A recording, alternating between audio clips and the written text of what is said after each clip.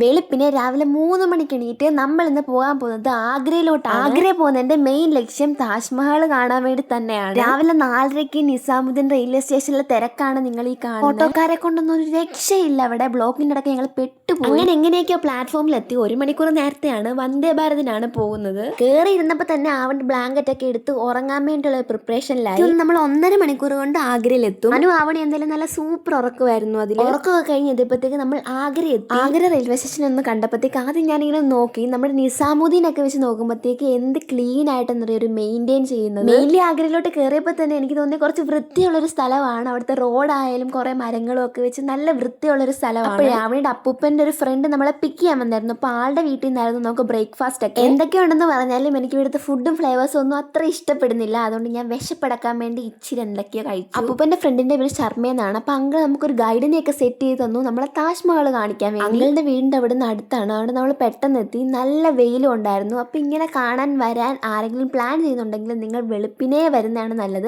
അപ്പം നല്ല ഫോട്ടോസും ഒത്തിരി ക്രൗഡും ആയിരിക്കത്തില്ല, വെയിലും കൊള്ളാം. നമ്മൾ പുറത്തു നോക്കുമ്പോഴത്തേക്ക് താജ്മഹലിൻ്റെ എൻട്രൻസ് ഉണ്ടല്ലോ, അത് ഭയങ്കര ക്ലോസ് ആയിട്ട് നമുക്ക് അതിലൂടെ കാണാം. അതേസമയത്ത് നമ്മൾ അതിൻ്റെ അകത്ത് കയറുമ്പോഴത്തേക്ക് താജ്മഹൽ ഭയങ്കര ദൂരെ ഇരിക്കുന്നത് പോലെ കാണാം.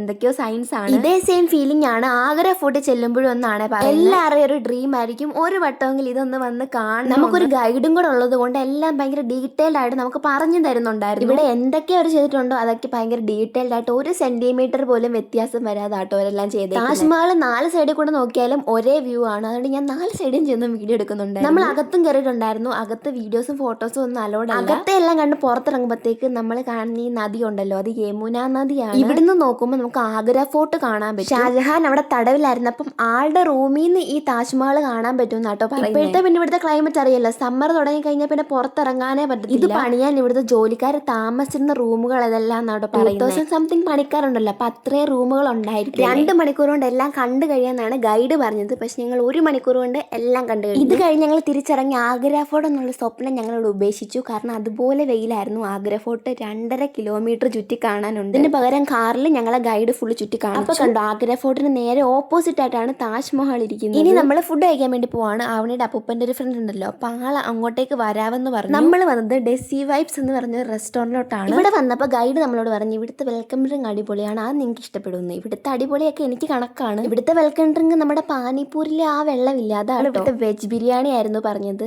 അതെന്തായാലും എനിക്ക് ഇഷ്ടപ്പെട്ടു, അത് ഞാൻ കഴിച്ചു. ഇതാണ് നമ്മൾ പറഞ്ഞ ആവണിയുടെ അപ്പൂപ്പൻ്റെ ഫ്രണ്ട് ശർമ്മ. അങ്ങനെ തിരിച്ചു പോകാൻ ട്രെയിൻ നോക്കിയപ്പോൾ എല്ലാം ഡിലേ ആണ്. പിന്നെ ഞങ്ങൾ ടാക്സി വിളിച്ചു, ടാക്സിക്ക് പോകാമെന്ന് വിചാരിച്ചു. പോകുന്ന വഴി ഇവിടുത്തെ മെയിൻ ആയിട്ടുള്ള സ്വീറ്റ്സ് ആഗ്ര പേട്ടയില്ല, അത് വാങ്ങിച്ച് തിരിച്ച് വീട്ടിലെത്തിയപ്പോഴത്തേക്ക് 5:30-6 മണി ആയെന്ന് തോന്നുന്നു. ഞങ്ങൾ നല്ല ഉറക്കമായിരുന്നു. എത്തിയിട്ടൊരു കാര്യമില്ല, കീ നമ്മുടെ ഇല്ലായിരുന്നു. അങ്ങനെ കീ കിട്ടുന്നത് വരെ കൊതുകടിയും കൊണ്ടുകൊണ്ട് നമ്മൾ പാർക്കിൽ. കേരളത്തിലെ പോലത്തെ കൊതുകല്ല ഗൈസ്, വേറൊരു ടൈപ്പ് കൊതുക്. എനിക്ക് അങ്ങോട്ട് 8 മണി ആയെന്ന് തോന്നുന്നു നമ്മൾ തിരിച്ച് ഫ്ലാറ്റിൽ കയറിയപ്പോൾ.